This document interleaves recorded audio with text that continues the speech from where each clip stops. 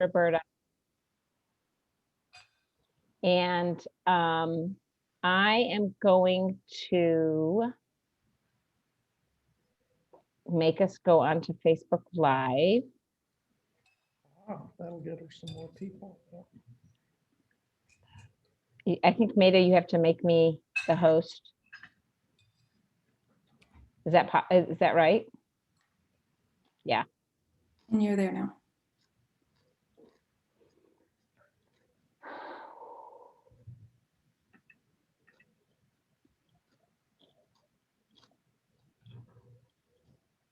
Oh, you know what, Maida? It looks like the same. We are live. Yeah, we are live. I'm trying to go on Facebook Live. It is now streaming live on Facebook. But Maida, I think it is on my private page. And we have no sound. So Changed yeah, some well, functions, that's, and that it seems like doesn't they're have a not letting line us push over it. it. So Start video. So Maida, can you go on Facebook and just say, she had said what, "Please, town hall, go Alt? to," I think it's just Lisa Alt-A? Reynolds. Choose Okay. virtual background, choose So if you guys Hold aren't the speaking, camera. if I can ask Here, you to Michael. mute yourselves, or if you're not Didn't it say presenting. Alt-A? Wow. Hey, Megan, you have a One different time. name, Mute last my name. audio. Thanks for being.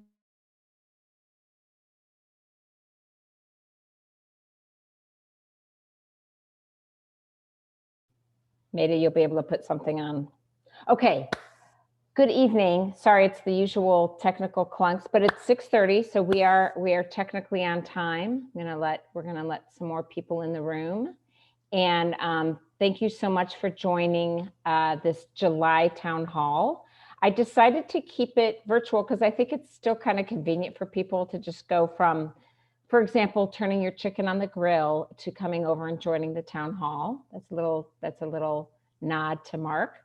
And also I know Mark has like a different meeting at 7. So in any case, glad you all are here. We are streaming on Facebook Live, although it's my personal page, not our campaign page, because of some technical difficulties.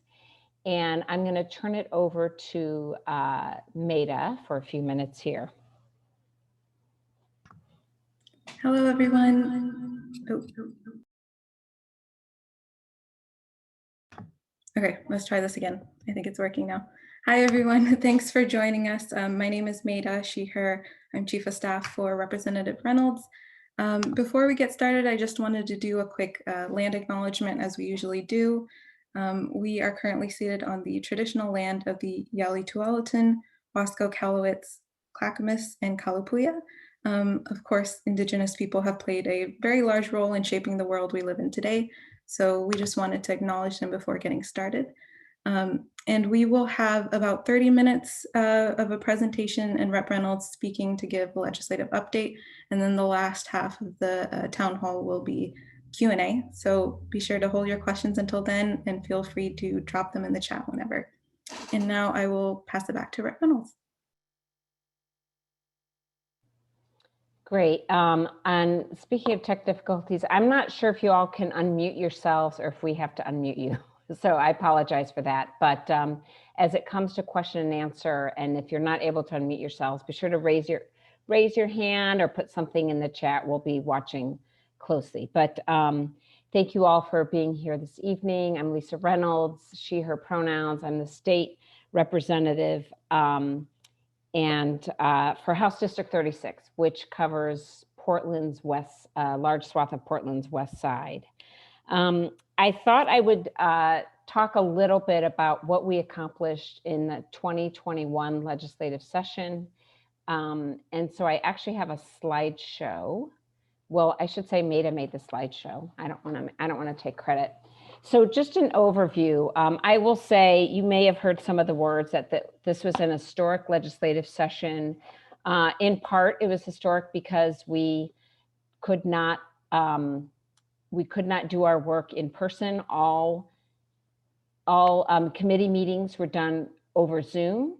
And however, we would meet on the floor of the Oregon House to debate and vote on bills.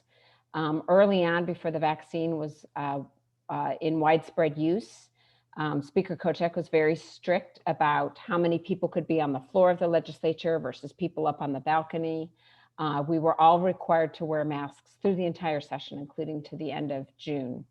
Although I will say as the session wore on and it was clear that more legislators were vaccinated, Speaker Kochek was a little bit less strict with the 6 feet distancing. However, we were always required to wear masks. It was historic also because it was the first time in history that the Oregon legislature has expelled a member. Not a moment too soon, we expelled Mike Neerman. His replacement is, I think her name is Anna Scharf, was announced yesterday or the day before. It's a woman, which is really interesting because when Representative Diego Hernandez was replaced with Representative Drea Valderrama, we hit that we were more than 50% women in the Oregon legislature. Now we are at 53%. We have 32 women. So that's incredibly exciting and very exciting that Mike Neerman is gone. You may know that the PCP selected him first to replace himself. But luckily, the county commissioners for the 3 counties that he represents realized that was completely inappropriate for him to be reappointed to a seat that he no longer, had any right holding. And then the other historic thing is that happened this session was historic federal money coming to individual Oregonians and to state and local governments. And that's, a large part of what we do in the state legislature, especially in the long session years, which are the odd numbered years, which is to allocate those monies to create a budget. This is just an overview of the session. This was updated today. So there were 2,519 measures introduced. So those are bills. You guys hear about how a bill becomes a law. That's how many bills were introduced. And 752 were passed by the Oregon House, 783 were passed by the Oregon Senate. As you all remember from Schoolhouse Rock, bills have to pass both chambers to become, and then they need to be signed by the governor to become law. So I'm a little surprised that there must have been at least 30 bills that the Senate passed that the House did not pass, because I know there are bills that the House passed that the Senate did not. So the House and Senate do not always see eye to eye. And here you can see this proof here, probably about 40 bills that passed one House didn't pass the second chamber. And the governor signing 441, we expect her to sign almost every single bill that both houses passed. I know of one she'll be vetoing for a legal reason, and we're going to have to tweak that and come back next year. So it's a lot of work. It's kind of hard to believe it starts with 2,500. That's way too many. Everyone talks about that. I know of one colleague who introduced 100 bills. Anyway, it's just kind of the Oregon way that a legislator can introduce as many bills as he or she wants, and then we see how it works its way through the system, if at all. Thank you. So next slide. When I go to the, when we talk about money, we know money is what fuels everything that government does and a lot of other entities as well. The big priority funding packages that passed this session, behavioral health, $500 million for behavioral health. For those of you who know me, behavioral health and our very broken, inadequate system was one of my key motivators for running for office. So this is particularly rewarding for me to see. Childcare, almost 200 million, is expecting more from the federal government to really extend quality childcare to more families through subsidizing families. This is really the first step towards, I think, professionalizing a childcare workforce and making childcare a stable thing for families, not something that feels erratic and undependable, like closing down one day. Housing, $765 million, and that's for a variety of services, including wraparound services for existing housing, purchasing or building new housing, and then of course just direct assistance to help pay rent and to help reimburse landlords whose tenants cannot meet rent. As we know, that was a big issue. Was and continues to be a big issue because of the economic downturn in COVID. K-12, $9.3 billion, the most we've ever allocated to K-12 education. Higher education got a nice $1.8 billion. And I'm not just going to go, I'm not going to just read through lists. I will just say the water systems one, I am on water committee, and almost everything we talked about in water was how we had historically invested in water infrastructure, like pipes and sewage systems and septic tanks. And as you know, we are facing another year of severe drought, and we need to think about water systems that use water highly efficiently. I was reflecting today as I heard about Governor Brown putting forth some water limitations on state property. When we used to go visit my brother-in-law in Southern California, they were all very careful about water there. And like even when we would take a shower, they would stop up the drain and use the shower water to water their plants. And I'm like, oh, I'm from Oregon. I can't even imagine. Well, that was hubris, obviously, because we are here, we're in a drought, and the days of wet, green, plentiful water are not our days now. I don't know if it's over forever, but it certainly has been over for a couple years. And then the wildfire bill, which is a huge bill, which will help us better prevent, better fight, and better protect homes from wildfires. So thank you. And in this article, and also in the newsletter that I sent out yesterday, linked to some really great overview articles on how this session how everything kind of shook out this session. Next slide, please, Maida. So I just want to reflect for a minute on what the most important thing to remember is 31 House votes, 16 Senate votes. 31 House votes, 16 Senate votes. That's how many votes you need to pass a bill into law. And then, of course, you need the governor to sign it. And until you have that, you can't pass legislation. And that's why some bills that I really cared about didn't pass. We didn't have the 31 House votes. We didn't have the 16 Senate votes. And on some bills, it's kind of a little mind-boggling that we weren't able to garner those votes, given that we have 37 Democrats in the House and 18 Democrats in the Senate, but that's the reality. So I just want to share that with you when people talk about bills not passing. It's mostly because of this. Every once in a while, it can be because of someone in power not wanting it to pass. And that's just like the God's honest truth. And by the same token, as I write here, most bills, over 90%, enjoy wide bipartisan support by the time they reach the floor. So as you guys can imagine, there's a lot of things that happen before a bill reaches the House floor for a vote. And I will say Speaker Tina Kotek does not bring bills to the House floor if they're not going to pass.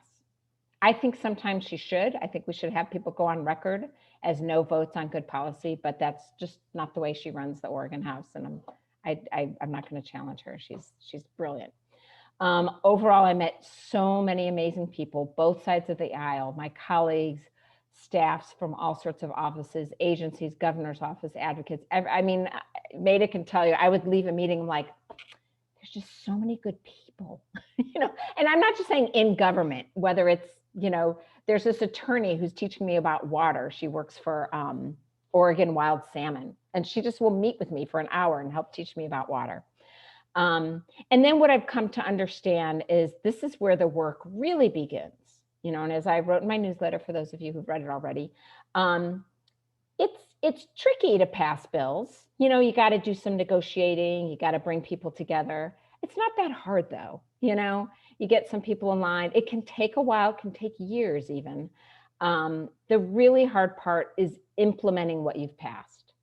And that isn't necessarily the work of the legislature, but I definitely want to learn about it. Like in particular, I see Terry here, in particular, I really want to understand how are we going to truly implement safe gun storage? How are we going to talk to schools about their decision-making around banning guns from school campuses, which is now an option for them. How are we going to make sure guns don't come into the Capitol? We do not have metal detectors. Are we going to get metal detectors?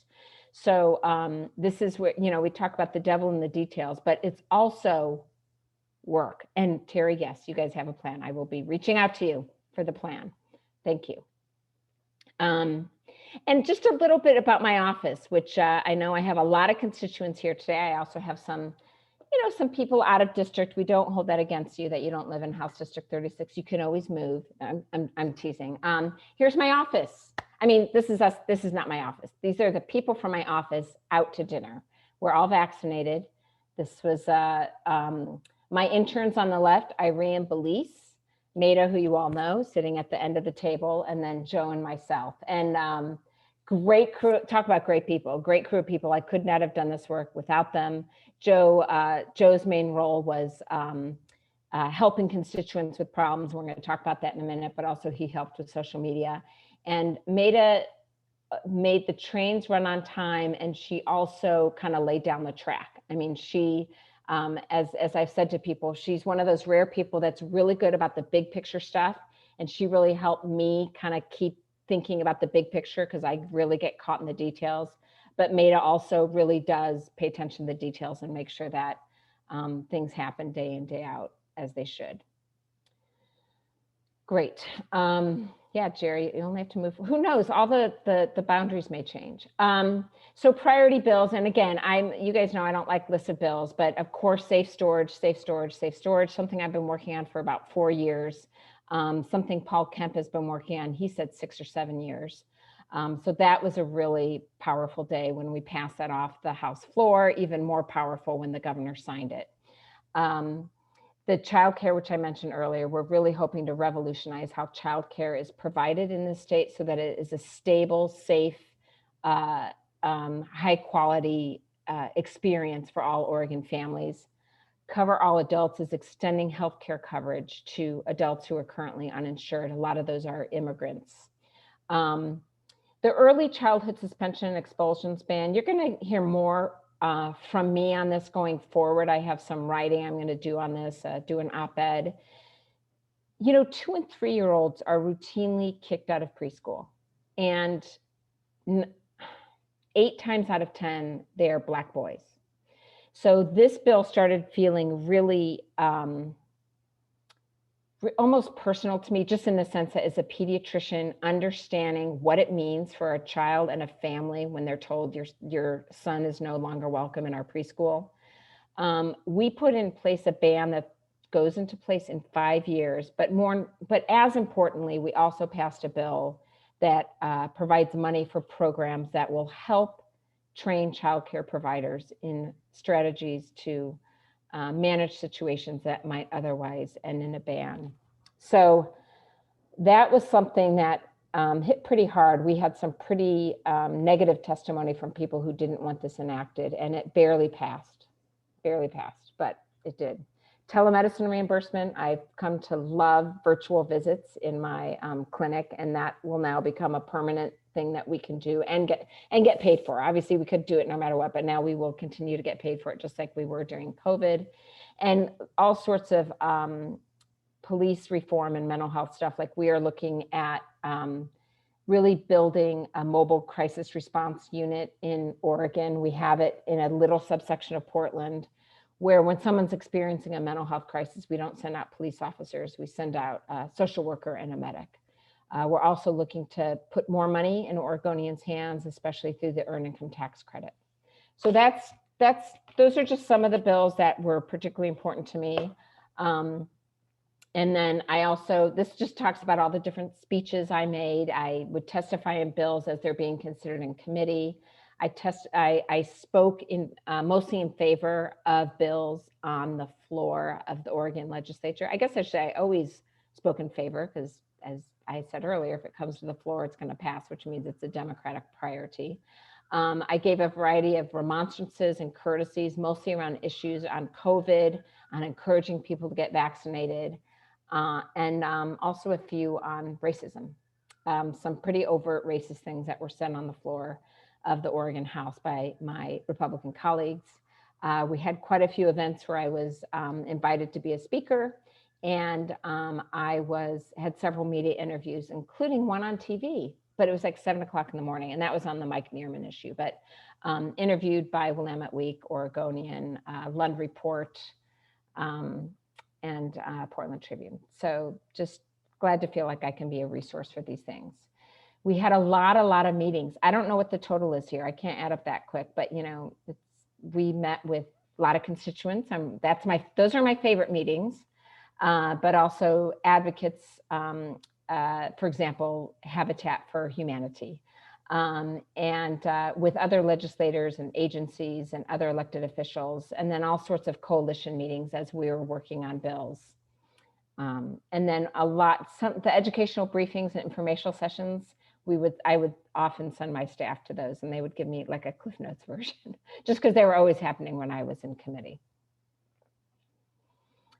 We received almost 3,500 emails. Thank you. Keep those cards and letters coming. We also got quite a few postcards, actually, like snail mail postcards. A lot of them are on a bulletin board in my office if you guys can ever come to the Capitol.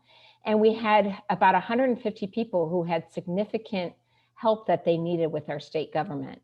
Unemployment benefits, as you can imagine. The landlord compensation fund was pretty janky. Some SNAP benefits, securing housing. We pretty much, there was some DMV stuff this was mostly Joe, that Joe helped with all of these. And it was always really rewarding. They'd be like, wow, I'm really glad you were able to help those people get their unemployment benefits. But boy, they shouldn't have to reach out to me to get their unemployment benefits. The system should work more smoothly. And these folks knew to reach out to me. How many folks are out there who don't know, hey, I should call my state representative to get this done? So I really, really worry about the people who never got their unemployment benefits but didn't know where to turn to get help with that. Then, as you guys know, and I wrote about this in the newsletter too, another historic thing that happened this session is Speaker Tina Kotek of the House and President Peter Courtney of the Senate made a decision that of the American Rescue Plan dollars that were coming into Oregon, each individual legislator could choose how to spend a chunk of that money. So it sounds a little bit like we were saying it could be like pork, like the good old days, and I would say that I prioritize issues around homelessness, food insecurity, and a variety of other things, some Portland State University money. So here's where that money went. A lot of us doubled up on things. So that's pretty gratifying.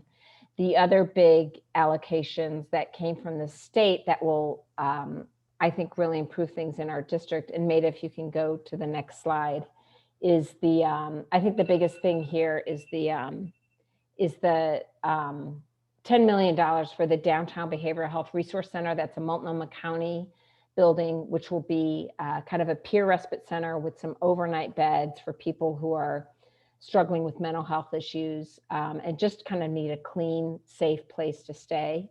Long overdue. We probably need about 10 of these in Portland, but we're starting here. The state also contributed to Artist Repertory Theater, Portland Art Museum, and Portland State and OHSU's program that allows undergraduates to have meaningful scientific research things, and also other stuff at PSU. I'm going to go over this really quick. Let's take the slides off, though. I'm getting a little tired of the slides. I'm sorry. So the interim right now, thank you, Maida. The interim is this time, in theory, it's a time before the next long session, which would be January 2023, assuming I'm reelected in November of 2022. But I'm really thinking about it the time between now and our short session, which is February of 2022. So kind of the next 6 months or so.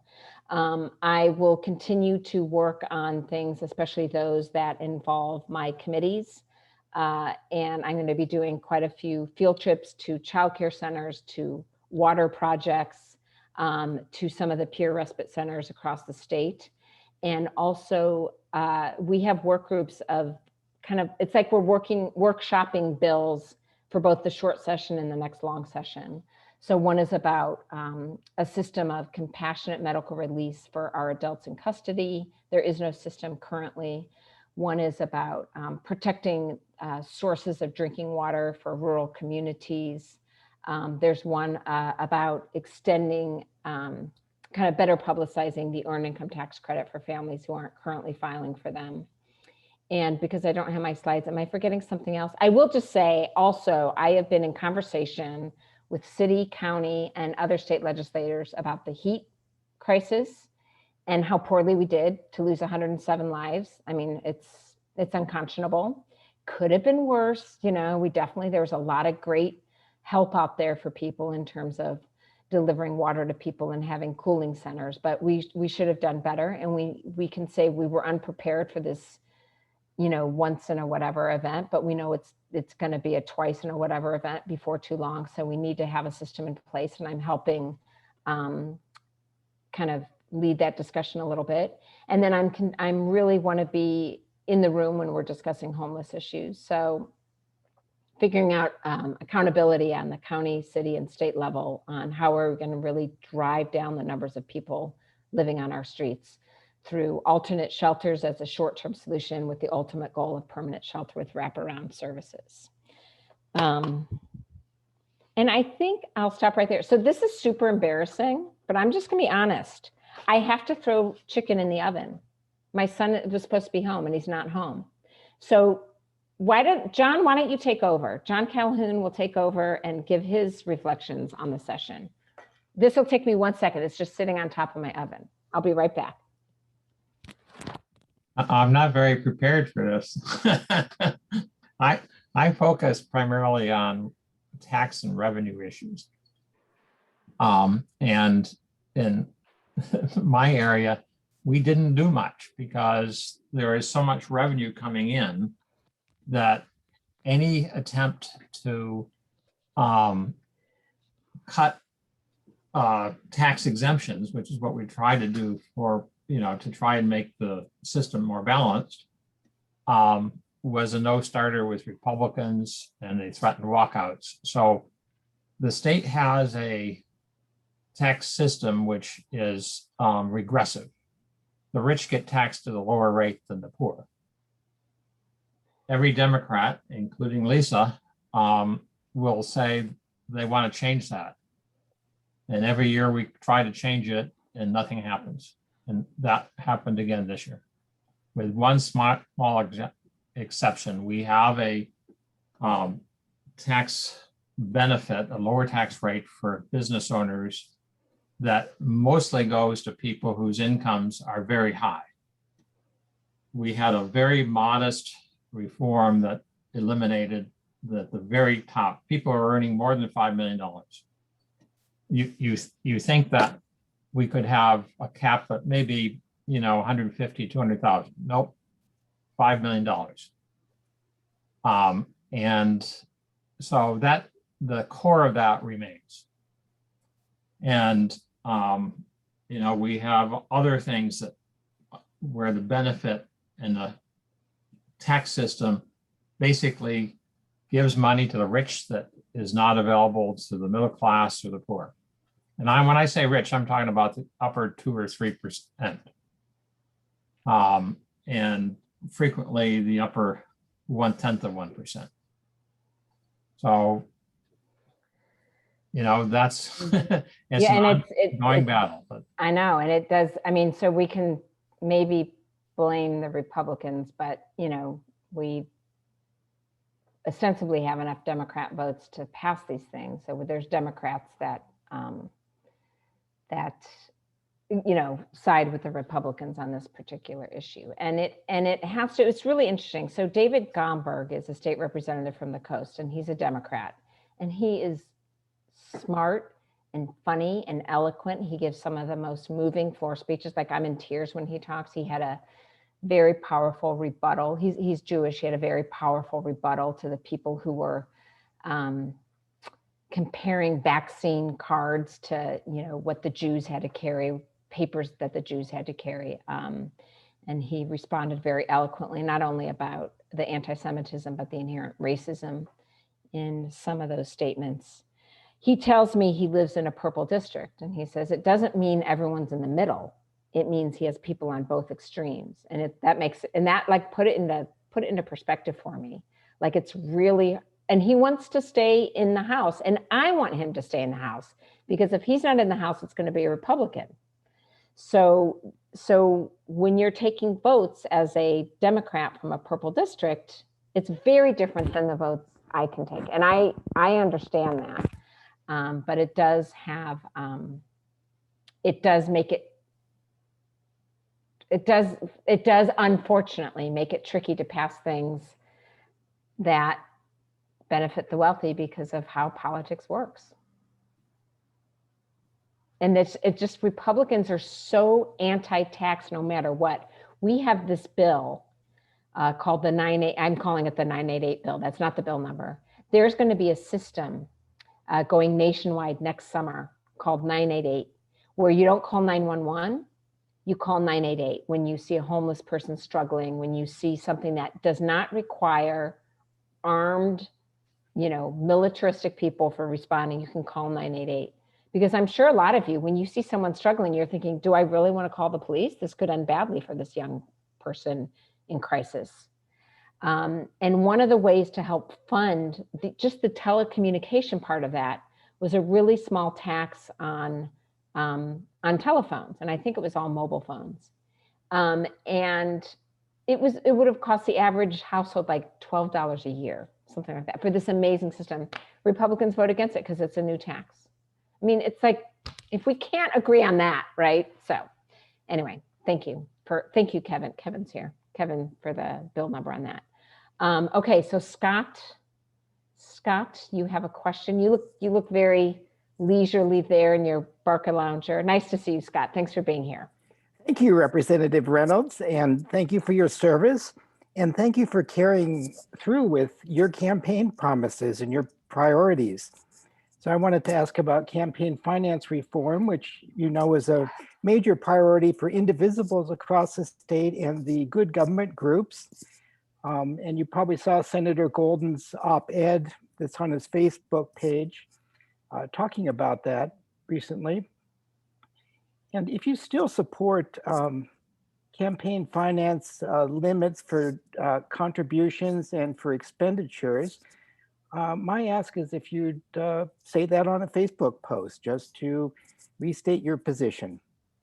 I will absolutely do that, Scott. Thank you. Thanks for the reminder. I will. Yes. No, very important to me. Very important to me. And I have to tell you that some of the bills, as they were wending their way through the legislature, I'm like, this isn't even doing what I would like for it to do, but at least maybe we have a chance to pass it, and we didn't even pass those. So I think it's that, I mean, it is the, you've heard me say this, once you're in office, you think a little bit differently about campaign finance reform because you want to make sure you get reelected. And I will say, it's not just like a power hungry thing. It's because you really enjoy the work. You really find meaning in the work, I should say.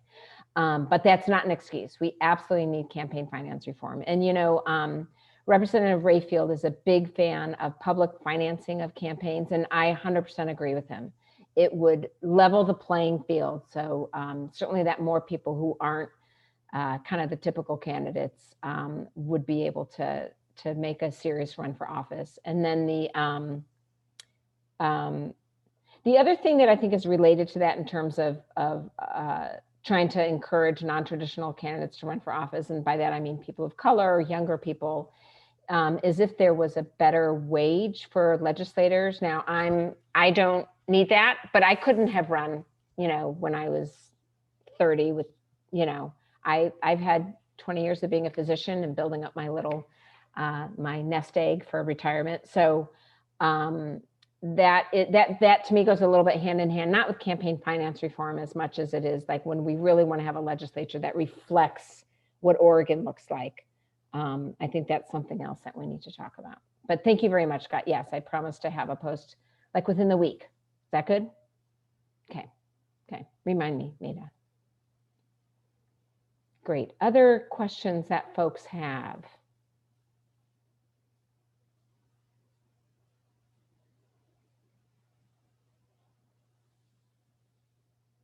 Anyone else? How's everyone doing? How did everyone, oh, yes, Mr. Calhoun. First of all, I want to thank you for the contribution or the state money going to Neighborhood House where I serve on the board and the food bank. The need for this area grew dramatically during the COVID, and we need a bigger space. So that's going to help us move to a bigger, better location.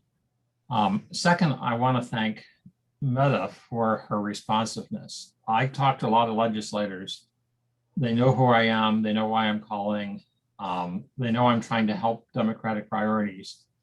And, you know, a lot of them, and I hear this from all the other people that are activists, they don't return calls. And you and your staff, Meta, have been more responsive than 90% of the legislators. So Oh, thank you. That means a lot to us. Thank you, Maida. and Yeah. I don't understand, by the way, just as a matter of practice, why there isn't a system where you get a postcard or an email saying, received your thing, you know, we've got 30 calls on this nature and here's our position, something, so that at least you know that your voice was heard as opposed to it's going into the void. And, you know, legislators didn't do it, and it was worse this year because the building was closed. So that, you know, nobody answered phones, so you leave a message. You can leave 5 messages with people, never get back. My question now is on COVID. So the governor has put off all the restrictions. We're acting as a society and a state as if there's, you know, it's all over. We haven't yet been hit hard by the Delta variant here, but it's coming our way in a big way. And the number of people who are not vaccinated is still hurtful. I've run into 4 professionals in the last 2 weeks who are not vaccinated in this area. They aren't, and basically to summarize, they're not anti-vaxxers, they just can't be bothered. Or they're just nervous. And I don't understand it, and I don't know what we have to do, but I feel like the state has made a mistake in terms of just saying everything's wide open. Thank you for that. I mean, I think, I'm going to turn it over to Terry in 1 minute. Give me one. Terry, who's probably personally vaccinated more people than maybe almost anyone in the state. And I'm not kidding. Terry, I remember Terry reached out to me really early on. Terry's a nurse. How can I volunteer at vaccine clinics? I'm like, I don't know, try this guy. Next day I see Terry on Facebook vaccinating people. I mean, she found out without, it wasn't what I recommended. And she's even going out and doing outreach in people's, you know, spaces. But yeah, I think the governor ended up following Biden's lead on this of the 70%. And I think politically it was becoming almost untenable to not reopen. But it's a shame. Terry, please. Okay. First of all, I ditto everything that everybody has said. Representative Reynolds, you have excelled, gone beyond anything that I ever expected of you as a representative. I'm so happy and so proud to have you represent us in Salem. So thank you. And thanks to your wonderful staff too. So please cut me off if I'm talking too long. I'm very concerned too, John, for exactly what you said. I feel like, you know, the Delta variant is absolutely speeding out of control. I feel like the unvaccinated are totally, it's like going to war, and they just choose to go to war without anything. You know, here I am, shoot me now. But at the same time, that's okay. But you are ruining our defenses. The people who have been vaccinated, our immunity is starting to crumble. And pretty soon, I really believe we're going to have a full on 2020. Here we come. I don't want to get in my car and drive down the road to 2020 again. I don't think anybody does. So one of the things that I'm very concerned about right now that I feel I can do something about is Portland Community College's decision not to require vaccines of staff and students. And so this coming Thursday, a week from tonight, Representative Reynolds and myself will be giving short testimony about this issue to their board of directors. And I will put a little message in the chat box. I'm emailing everyone I know in Portland to please ask the board to reconsider their decision. I think that one, besides the Delta variant, we also know that COVID really likes fall and winter. Why that is, I don't know, but it's kind of like the flu. We see the flu rise. I think people are more inside, more clustered together, more holidays. And that's already been documented. One thing that PCC used for their documentation that really bugs me, because I feel like we're smarter than this, they said, well, because 70% of all Oregonians are vaccinated, we're safe. Problem with using that statistic is it's the elderly that push that number up to 70%. Those are not the students that come to college. It's the young students that come to college, and their rates are terrible. So we need to really stress that to the board. And then another thing that PCC, their leadership team, said is they felt this was an unfair, it would be unfair to require it because the BIPOC community doesn't have as high a vaccination rates. And I just firmly object to that, because what we're doing is we're bringing the BIPOC community in and then sending them back to their community with this virus to kill more people in their community. And I really feel like what we should be doing is requiring vaccine, using a model like what University of Oregon is using, which has exemptions to it. The normal exemptions, medical, religious, I don't want it, I never want it. That's fine. People have a right to do that.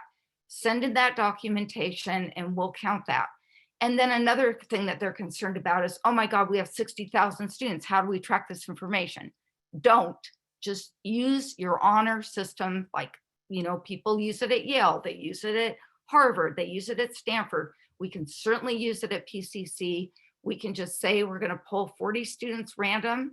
If you're one of those that didn't show that you were vaccinated, then you won't be able to attend in-person classes until you prove that you've had the vaccination or you've provided your documentation.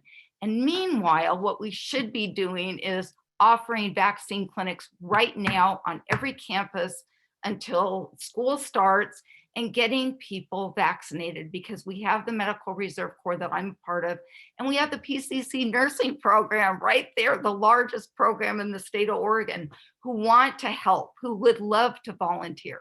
So it's like no excuse. This is requiring the vaccine is the best way to protect all of us, and we need to put the community back into PCC.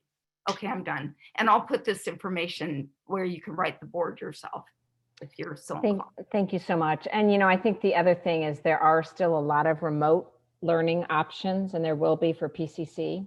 So if there are people who are truly feel this is not the right thing for them, they can take remote classes for now.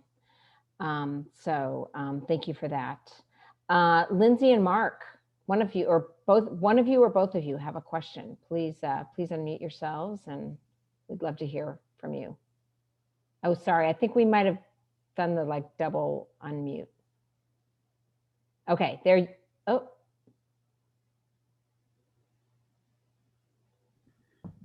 There you are. Great. Okay. I think you've been the most amazing first-year legislator I can possibly imagine. Oh, you're so sweet. Thank you. Communication is, when we talk to people about, and we had Senator Dembro in our former district where we lived, and he was a master of communication. And I feel like you're doing the same sorts of things that he does so successfully. So congratulations on that. And the former representative that we had from this area was not a communicator. So I think you're great. My question is, I know that staff members unionized recently, and I applaud that. My question is, will this enable them to, do they now earn a living wage, or will they then earn a living wage? Or I guess the ability to unionize is simply,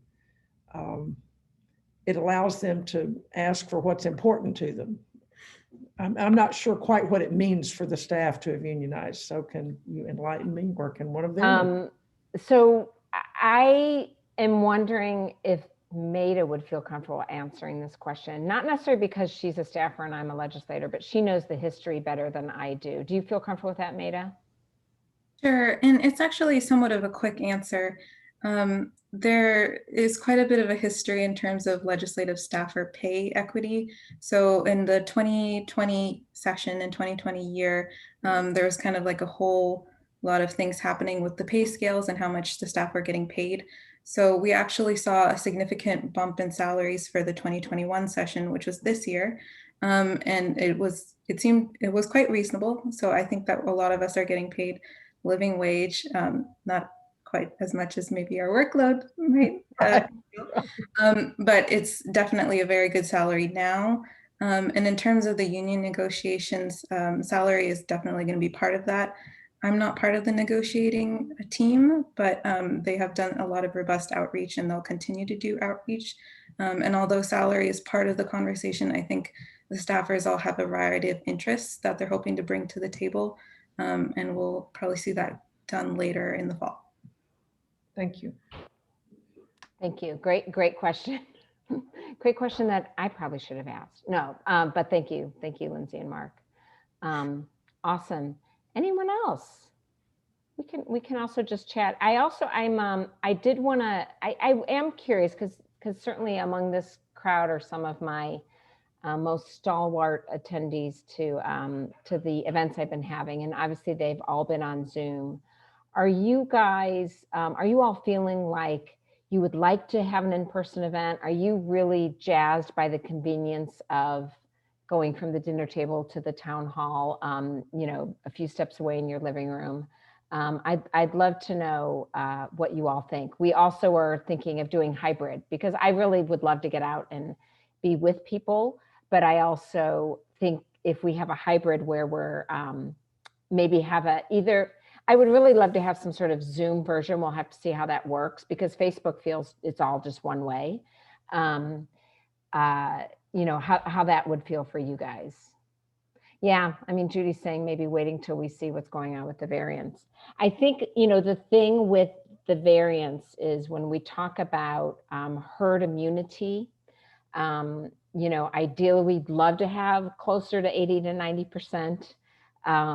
And you would love that even more when you have a highly contagious strain in your midst, which we have. I mean, the Delta variant isn't terribly prevalent yet, but it will be.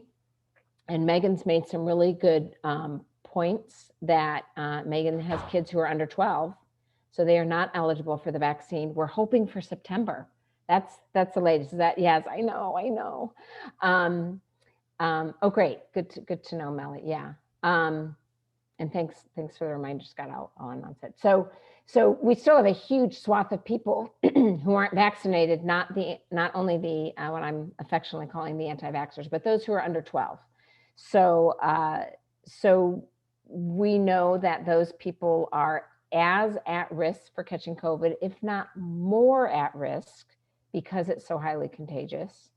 And some of what we're learning about COVID that I find particularly concerning is that one recent study showed that 23% of people who had COVID, even an asymptomatic case of COVID, were having some long-term sequelae, whether it was not regaining your sense of smell, which is more than just irritating. I mean, it like affects how things taste. I mean, it's a quality of life issue.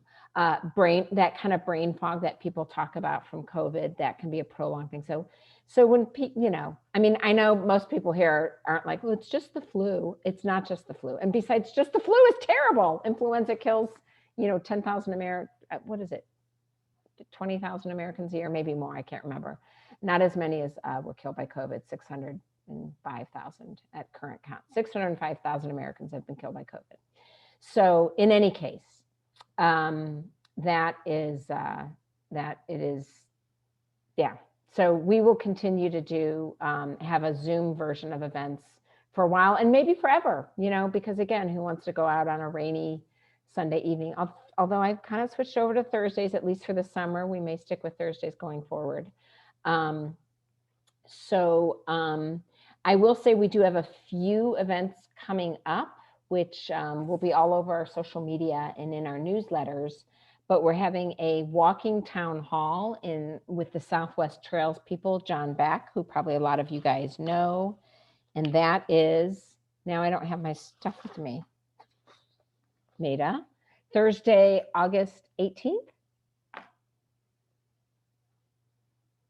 August 12th, is that Thursday at 8:30 in the morning?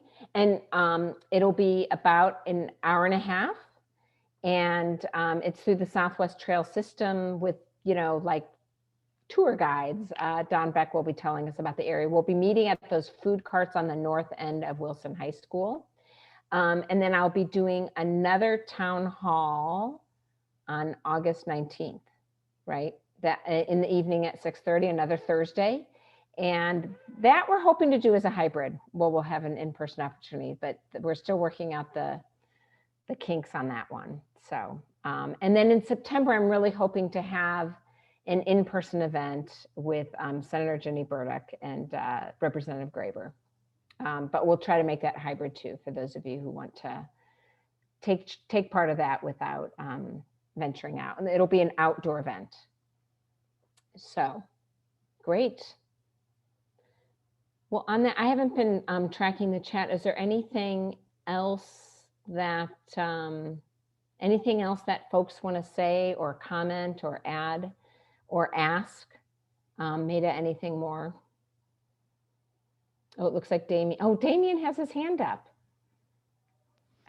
Oh, hi, Damien. Nice to see you. Hello. I do want to just tell a story about Damien.